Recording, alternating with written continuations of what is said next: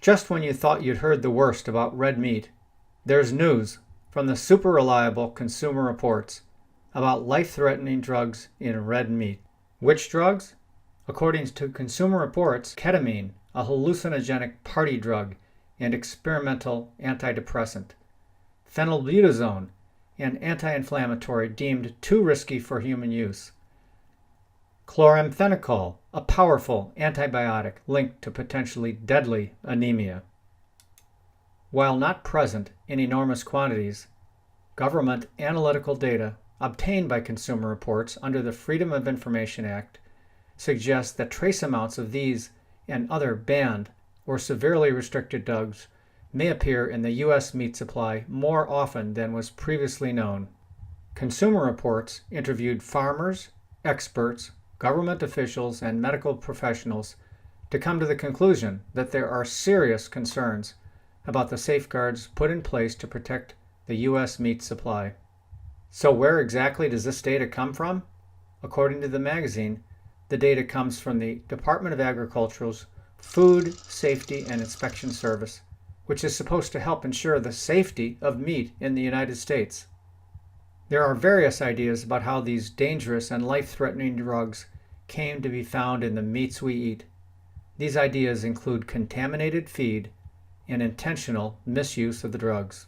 And while no one knows for sure precisely how dangerous these drugs are, we do know they are a serious risk to humans.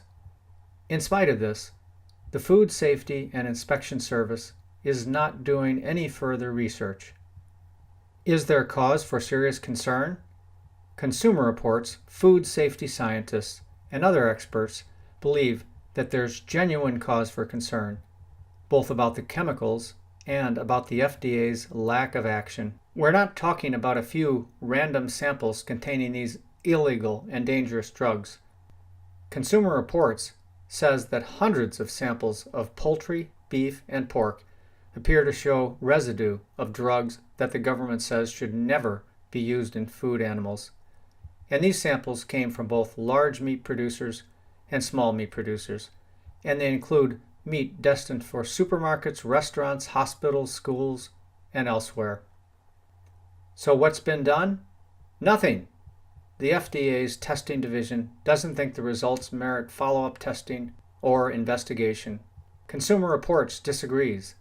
They point out that testing and methodology used to test for drug residues in meats is rigorous and capable of detecting even very small amounts of these drugs. So if red meat's link to cancer, diabetes, and heart disease isn't enough of a problem, there's another reason to cut down on red meat. Illegal and dangerous drugs unfit for human consumption are definitely present in thousands of meat samples tested. And these samples come from meat selected randomly from around the United States. The results indicate the ubiquitous presence of dangerous chemicals at very low levels. And some of these samples, typically around 5% of them, have drug levels that are potentially dangerous to humans. In short, you're playing Russian roulette with potentially life-disabling drugs every time you purchase meat at the supermarket, even if it's labeled organic. Maybe it's time to rethink things and simply stop eating red meat. Check out our healthy alternatives to eating red meat at farm.org.